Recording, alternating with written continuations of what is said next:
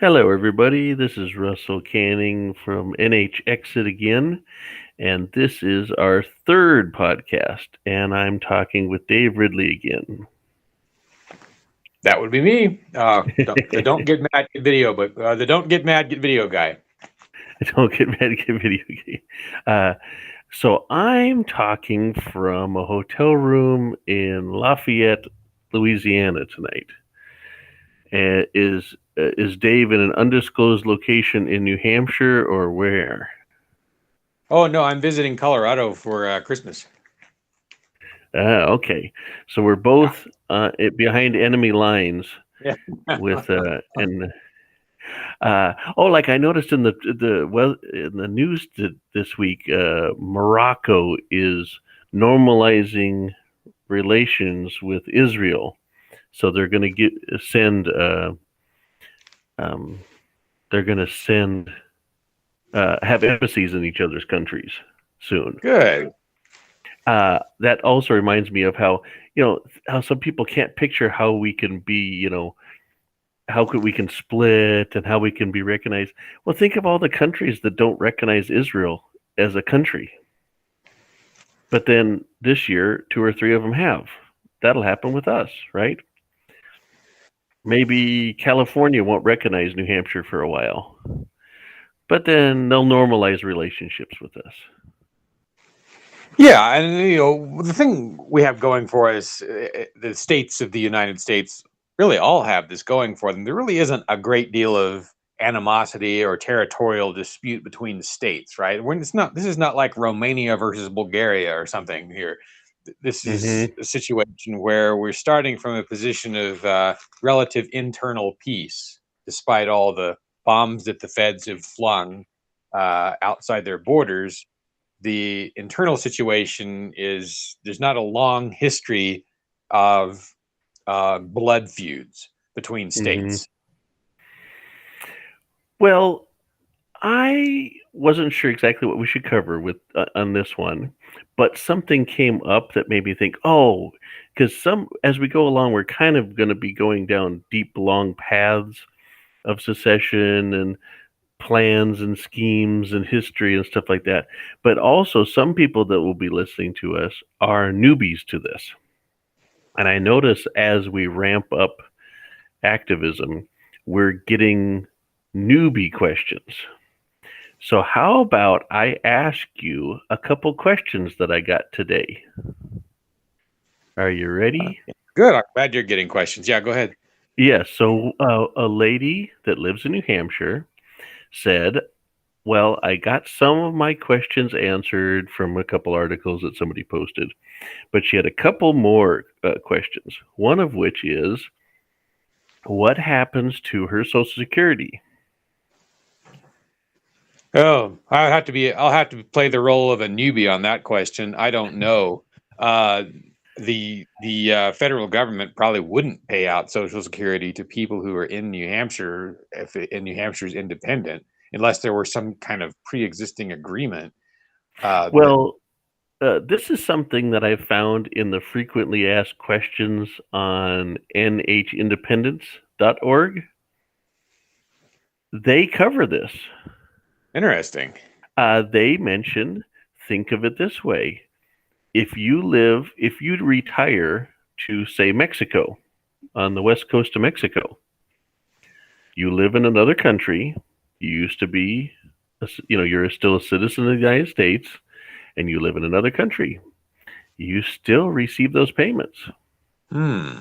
Maybe that won't be true in the future, or maybe there's all kinds of complications that I don't know about, but I've actually read that. That kind of makes sense.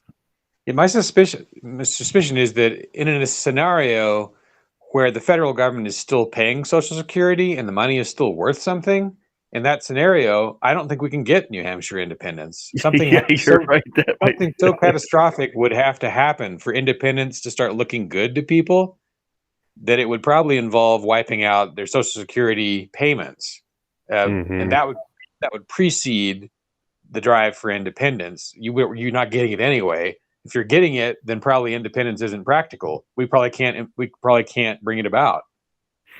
Or here's another whole angle. if we are leaving and they're not too happy about it, there might be repercussions for people that live here.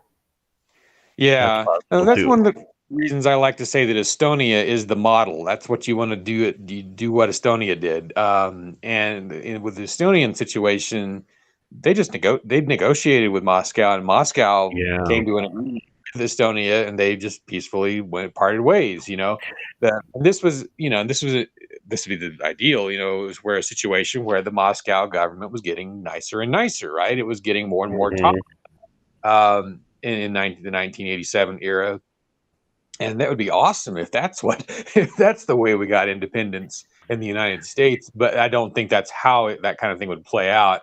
Yeah. Uh, I think if the federal government were getting more and more tolerant, well, we would just shrink. People would just stop listening to the podcast. They'd stop coming to NHexit.org and com. Mhm. And they'd go about their lives. And some of us, and I wouldn't care about it as much, if the federal government were getting better. But Yeah. I don't think that's the path ahead of us right now. I think it's going to get less benign, over some period of time. Yeah, I've seen some people that are being attracted to our movement, but it's because of the lockdowns and things like that. Also, back to Estonia, am I remembering it right? That part of the negotiations when Estonia was leaving was because of like the 20-30% uh, Russians that lived in the state. Yeah, that complicated things somewhat, but it actually played to the Estonians' advantage because when the ethnic Russians sort of rose up against independence, the Estonians handled it so well that that the Russians didn't have much to complain about afterwards. Have you seen this video? Where there were these Russian demonstrators or something like that, and um, Yeah, the way yeah, they were and handled, the yeah, way they were because handled in 1989, it was so peaceful, and I think it was kind of like a people power thing where people just kind Mhm. of hands around some group or something. I don't know what it was, but everyone just sort of went home, at the end of it. Yeah, it seems like because the Russians, when this first happened, the Russians were really worried that they were going to get abused, right?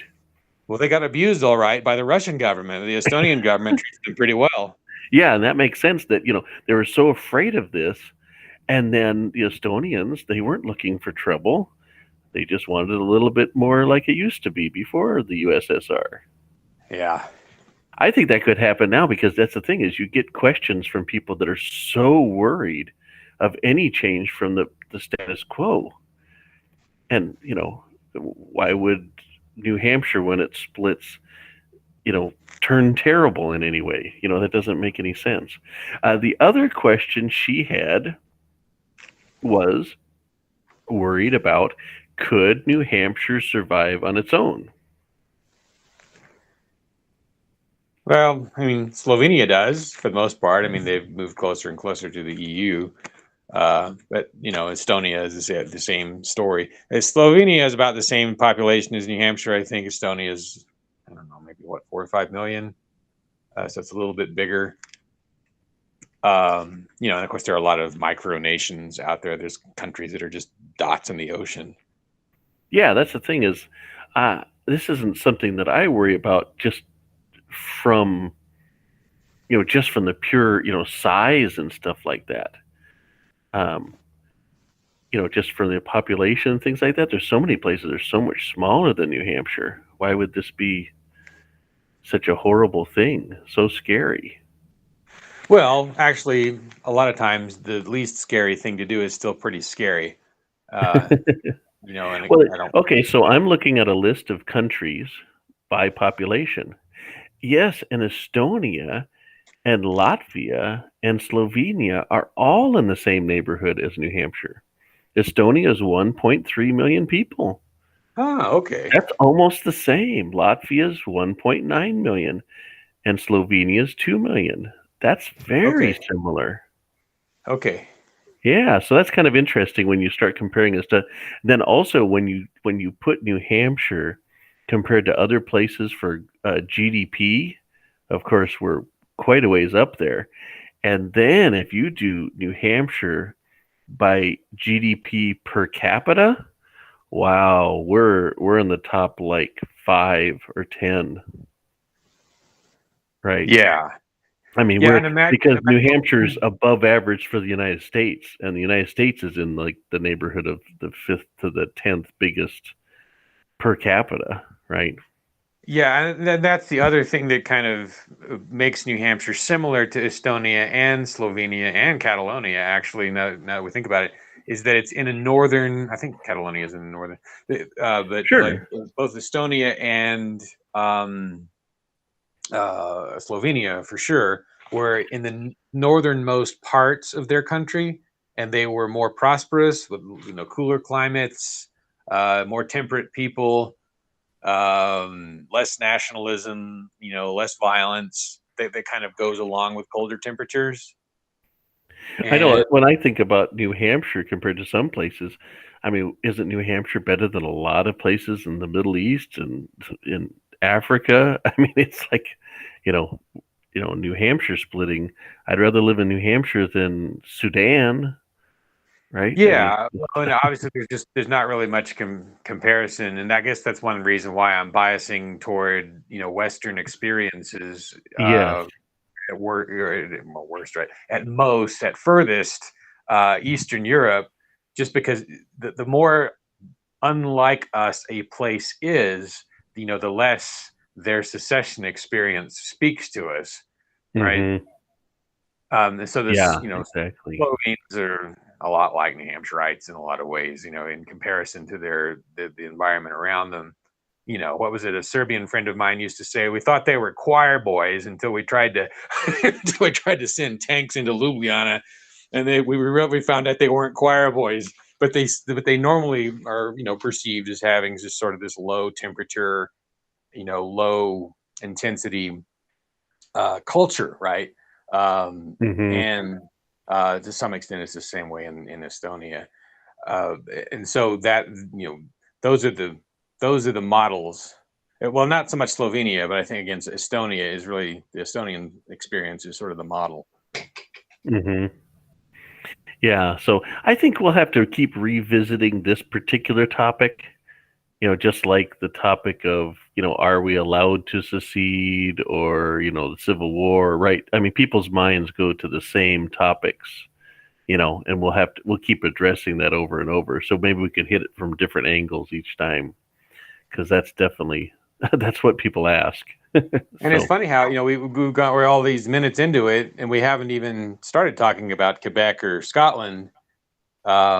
And this mhm. this overall question of, well, is that how secession works in the West now, right? Maybe it doesn't work like Appomattox or Fort Sumter. Maybe it works. Maybe it just looks like Brexit. Maybe it just looks like Scotland uh, versus London. Maybe it just looks like Quebec trying to secede from Canada. Maybe Yeah, that's how well, secession plays out in the West now. yeah. Wouldn't you think that Scotland leaving the UK would be very similar for us Somewhat because similar, I guess I would it's say. happening at the same time?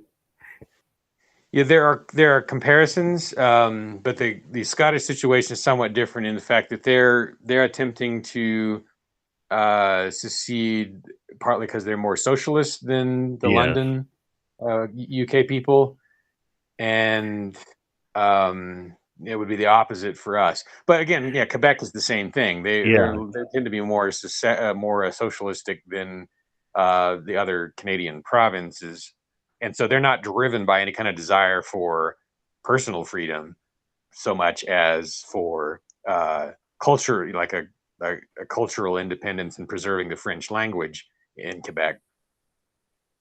And with the Scottish, a lot of them want to rejoin the EU, Yeah, right? yeah. So the other thing is, I've been trying to follow with the on the NHexit account on Twitter. I'm following all these other secession movements as I come across them. So it is interesting to see which each group thinks is important, or what they're pushing for, or what they're trying to separate from. They're all different. Right.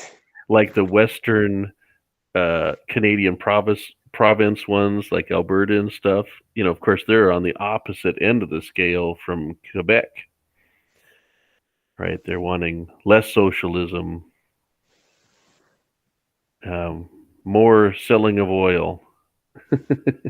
And the weird thing with Canada, last I checked, I mean, I haven't followed the situation very closely over the last few years, but historically, I guess over the last 50 years or so, my understanding is that Canada, which has no constitution to speak of, like the American Constitution, or at least I should correct myself. It's not that they don't have a.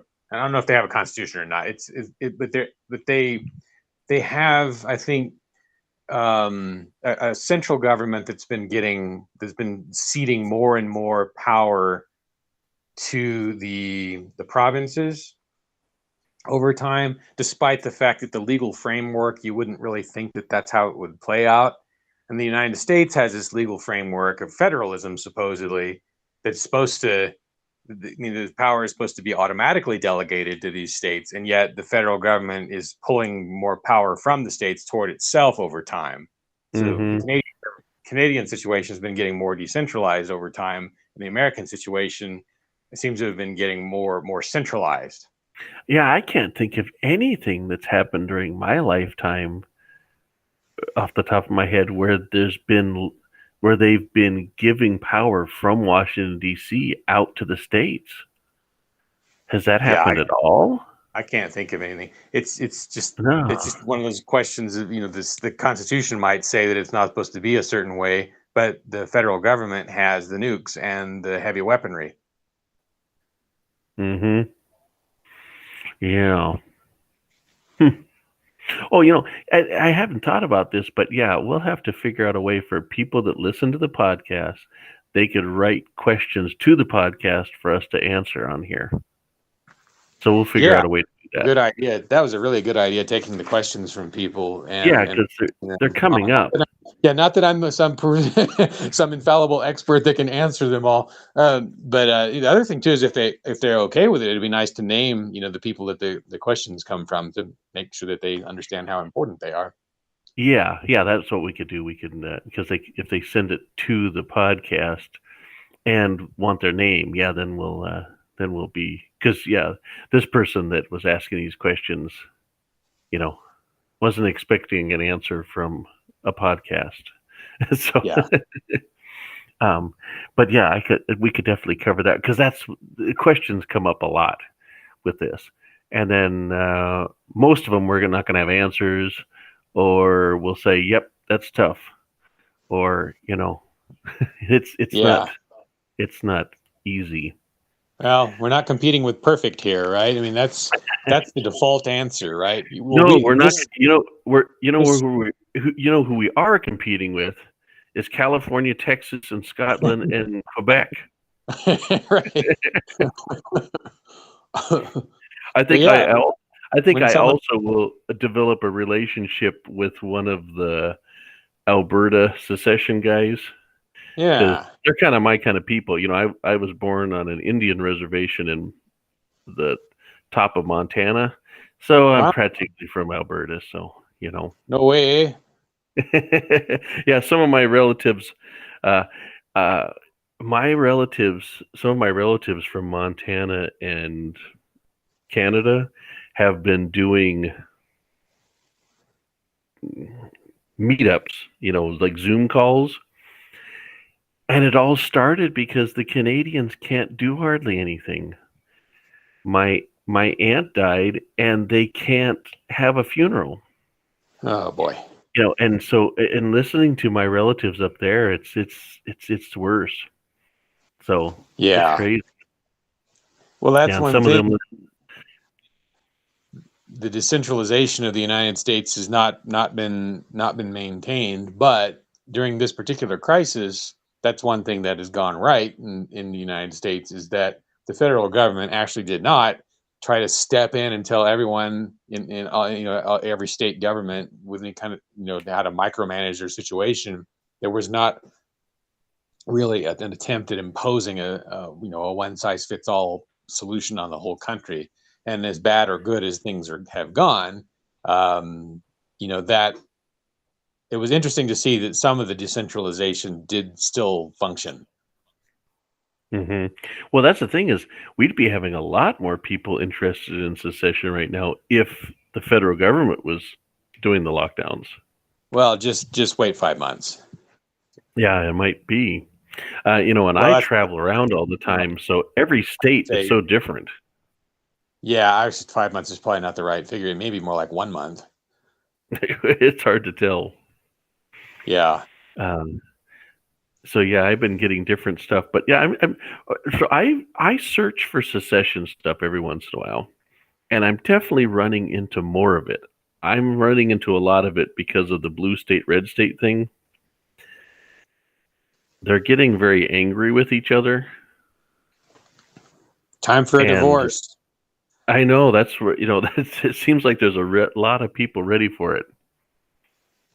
It's so funny how it seems like people who recognize that right that a woman has to get away from her abusive husband will not recognize the right of a million people to get away from their abusive Washington. Hmm.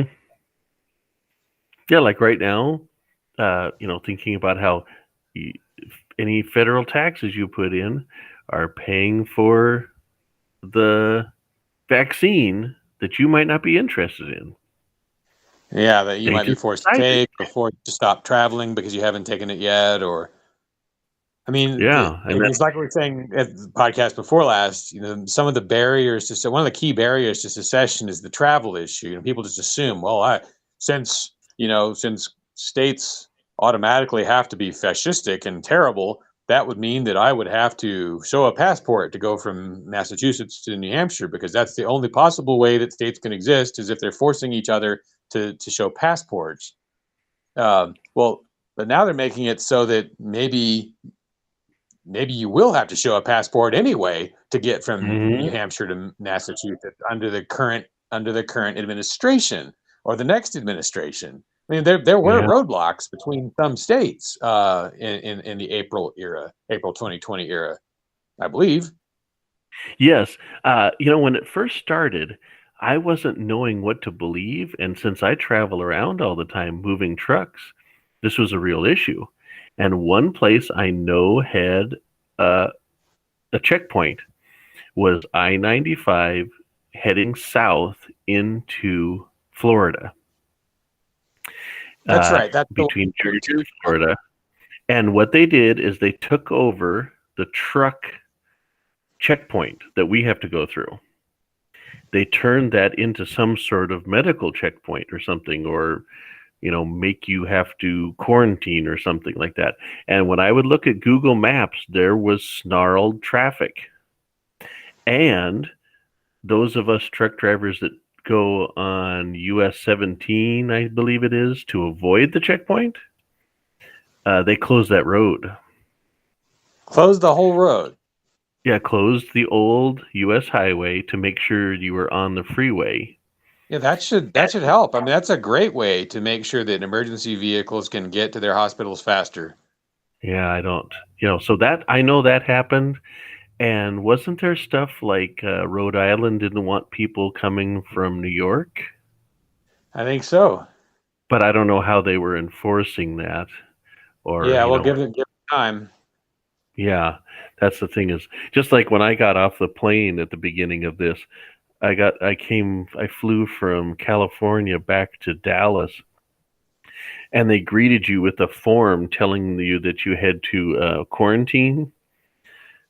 But I already had heard that us truck drivers were exempt from it. So there goes your quarantine. They just let truck drivers come and go. So Yeah, I think Massachusetts is requiring people to fill out a form in order to leave the state and come back.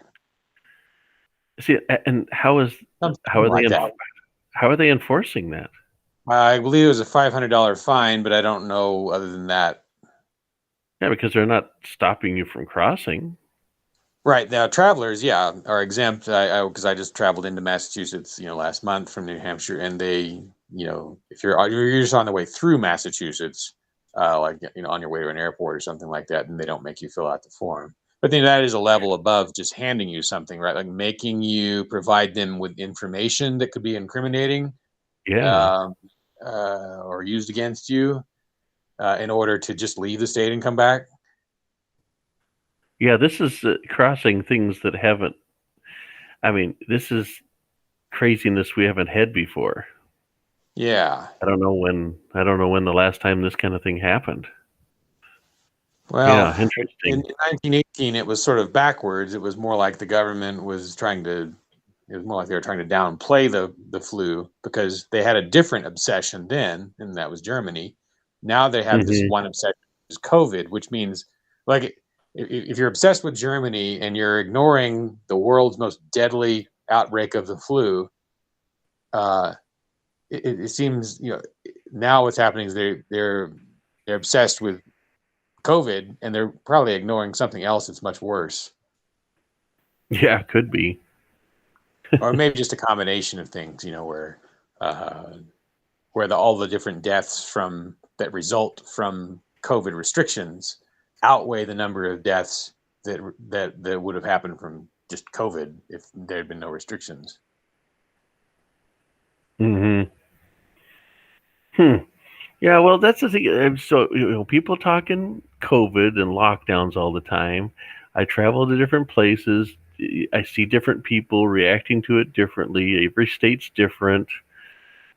When I was last in New Hampshire, it was not too bad.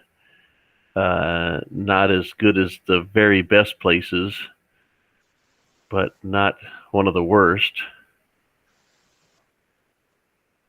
Yeah, I've heard that it's sort of middle of the road, uh, but I don't know exactly how it stands currently. My craziest has been Indian reservations Okay, out west. I actually had one turn me away. They closed a highway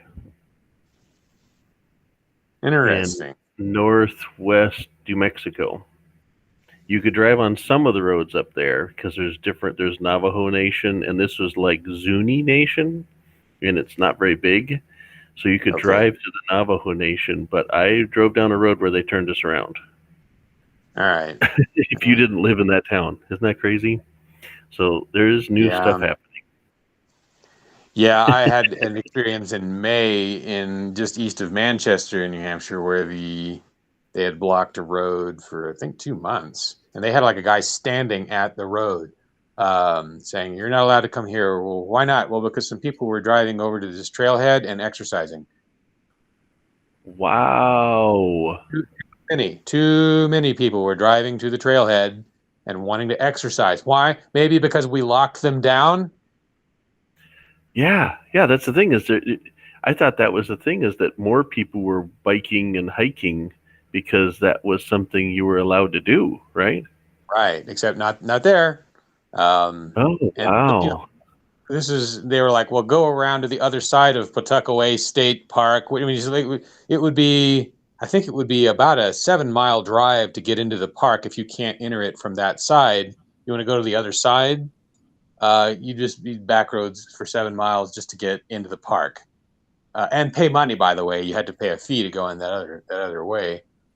So that was just And this me, and is that was one thing, and I've experienced, I just the thing I haven't experienced is what's going on in the other states, so I just don't know how to compare it to New Hampshire, other than my brief experience driving through Massachusetts recently, and then being here in Colorado for a few days.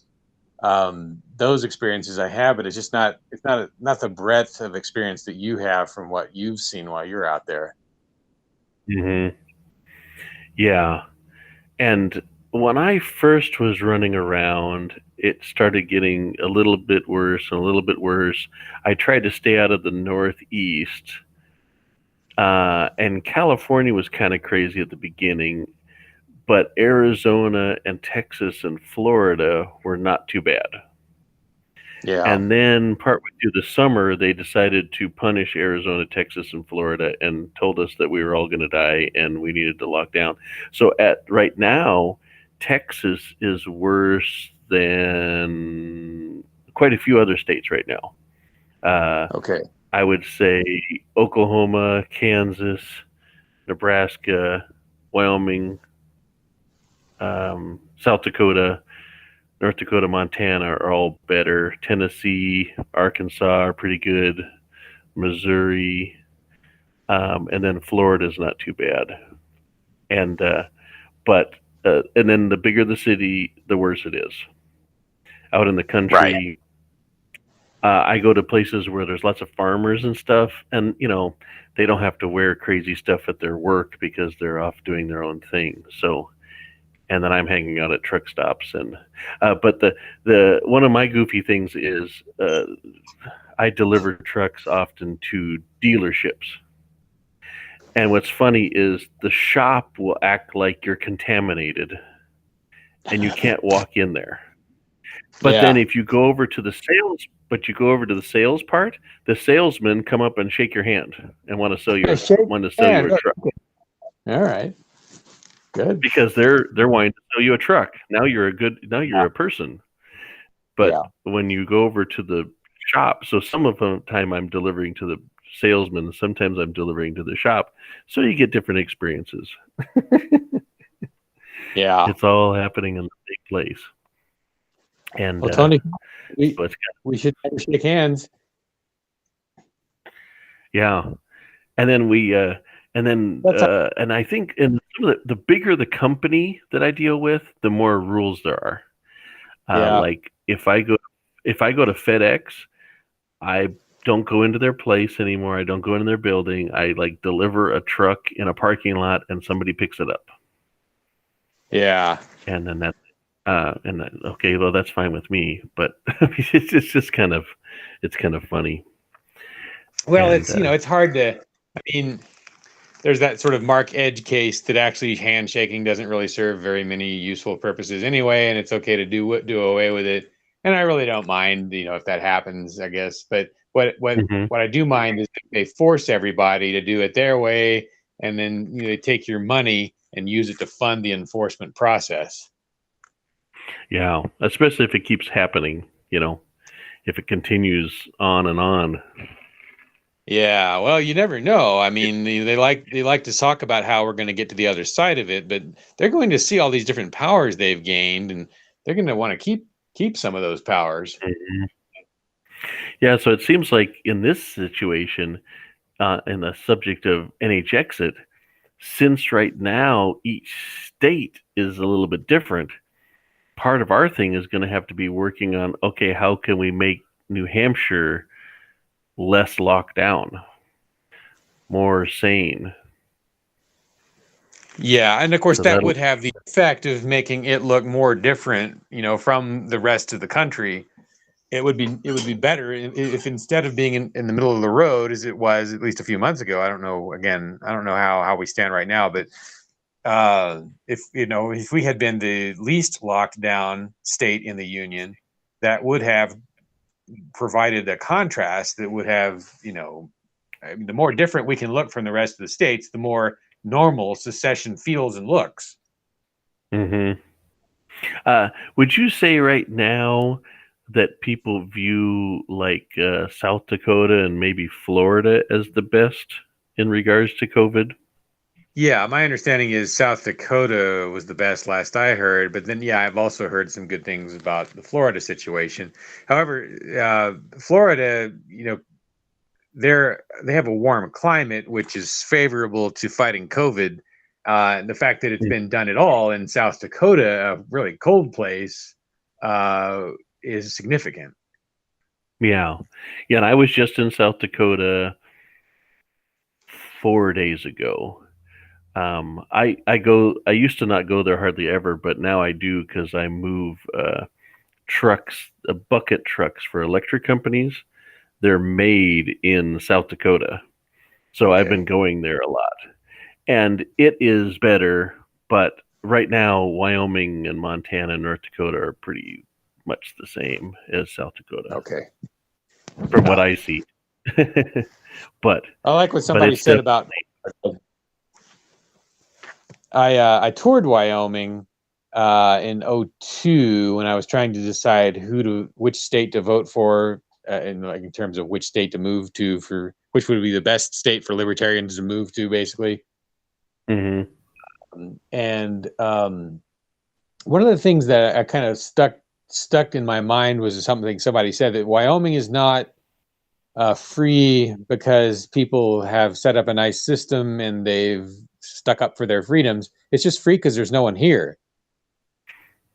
Yeah, I would say so.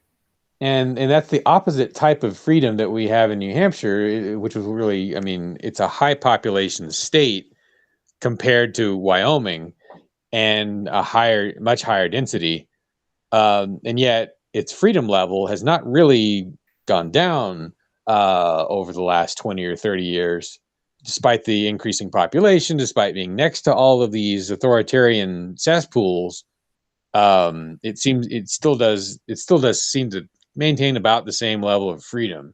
And that's, I think, systemic partly. And then it's just also because immigrants to New Hampshire work to New Hampshire's advantage. When someone flees Massachusetts to New Hampshire, the odds are they're not actually that much of an authoritarian. They in many cases are more freedom oriented than the people who already lived in New Hampshire. So the immigration, and my theory is that it works to our advantage. And there's some evidence for that. I'm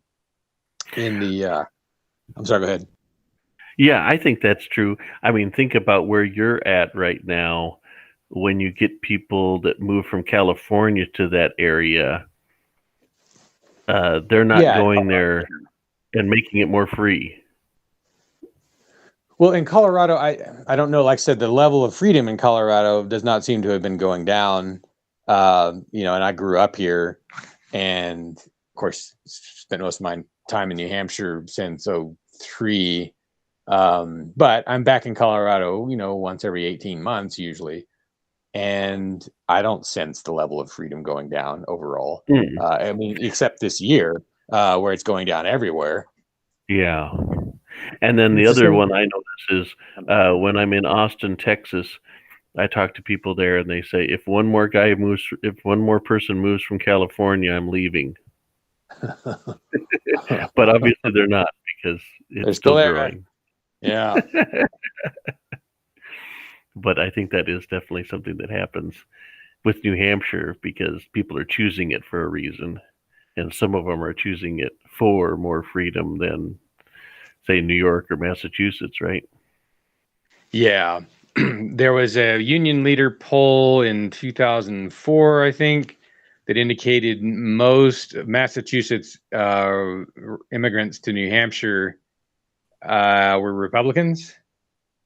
And also another poll that indicated there's a map of New Hampshire, sort of a crude ideological map of New Hampshire that Jason Sorens made in 2004 also, or maybe 2003. Right. He was the guy who founded the Free State Project, and it tracks the voting records of all the state reps in New Hampshire, based on where they live, and it color codes the map. So the blackest areas had the most freedom, and the whitest areas on the map had the least freedom.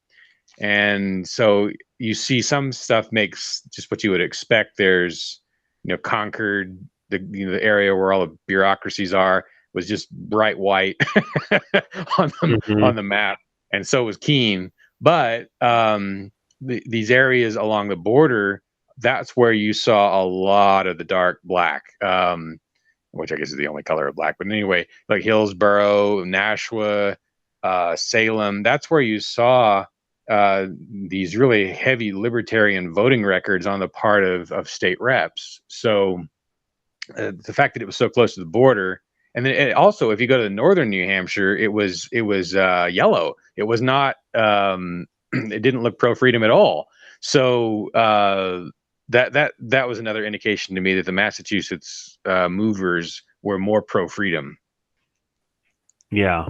See, and also I think that same thing would happen if we were ever to secede. I think we would increase. It should increase, yeah. Because if people think, we would if I were to move to New Hampshire, if I moved to New Hampshire and I don't have to pay federal income tax anymore, how bad would that be? Yeah, exactly. But, I mean, even if we had authoritarians in New Hampshire and they wanted to do terrible things and we had a lot more of them than we do, that would still be better than right now. We have authoritarians that want to do terrible things and they can affect New Hampshire and they're not even in New Hampshire. Yeah. It'd be so much better if all we had to deal with was Zandra Rice Hawkins, or the occasional, state rep that wants to put in a helmet law or whatnot. That's what we have to deal with locally, right? We don't have a torture state that we have to deal with locally, right? That's in Washington. Hmm. Well, you think about, can you imagine even if you sent the very best representatives from New Hampshire to the Senate and the House of Representatives in Washington, D.C., even if all of them were wonderful, they wouldn't affect the government there. Not much. I mean, that would just, even if you sent a complete block of people off to Washington, D.C. that were wonderful, that wouldn't change what's happening to you back in New Hampshire. No, what really happens is it seems more like we get representatives that we supposedly send to Washington, and it feels more like they're being imposed on us by Washington. Mm-hmm. Especially senators. That they seem like they're the people. They're there to tell us peons in these states what to do. Us deplorables. Yeah, I went to an event. I went to an event at UNH in Durham, New Hampshire, in 2016, I guess, where a senator was going to appear. She had actually a phalanx of cops walking in front of her on her way into the speech she was going to give about how great U.S. bombings of things are. And this is on a college campus. Yeah. Wow. Oh, crazy. I could get within 10 feet of her, and she probably never heard any of my questions, and you can see the video. Yeah, that sure sounds like a representative of the empire to your state. Right. That's how it feels. Yeah. And then when a Democrat, but when a Republican gets elected, it feels the same. Oh, yeah. Yeah, sure. Yeah. But, despite that, going back to the Massachusetts and freedom and New Hampshire freedom thing, the fact that most of the Massachusetts immigrants were Republican, at least it undercuts this claim that there are a bunch of Democrat nanny-staters from Massachusetts moving to New Hampshire. There might be authoritarian Republicans for all I know, but at least it's clear poll-driven evidence that they don't fit the stereotype that has been spewed against the Massachusetts residents. Yeah. Yeah. Just like when I am driving around, when I'm meeting people on the streets, it's not the way they're portraying in the on TV right now because of COVID and scaring people and stuff. When I meet people out there, they're acting pretty normal. They're being pretty friendly, even though they're being propagandized at home all the time. Yeah. So, the normal people out there, I still have quite a bit of faith in, although sometimes it's scary when I see an entire room full of people that are all masked up and looking very sad. That happens sometimes. Well, normal people get processed through the federal system, right, into a federal government. And by the time the federal government is done processing whatever it is that people want, and then reprocessing it into what the federal government wants, it's completely perverted. So what people, I mean, you say, that you have an elected leader, but the system creates someone that really isn't representative of the people in the United States. Yeah, and especially as time goes by, And that's the other benefit of New Hampshire independence, is because the system in New Hampshire tends to actually produce people that, the people who rule New Hampshire kind of seem like New Hampshireites. Right? They seem like real people. Yeah, they're people of your group. Yeah. Yeah, I mean, and that's one of the reasons why, activists have been camped out practically outside the governor's house, which is not it's not a Kennedy compound, right? It's just the governor's house. They go there every week and they protest outside his house. And there's it's even he, despite being a little bit of a blue blood, is somewhat accessible. I've interviewed him a time or two. And it's just, there's just no comparison between that and trying to talk to Donald Trump, right?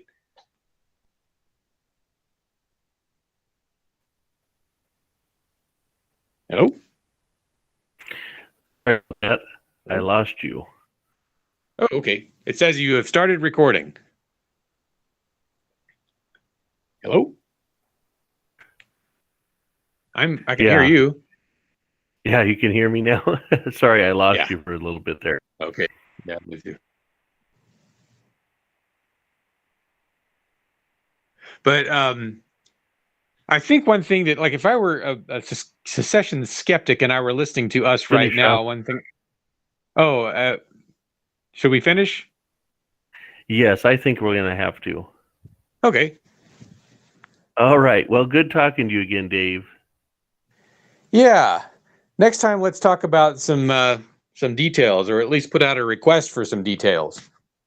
Yes, I will. We'll make a little list of some of the specifics for the next time. Yeah. Okay.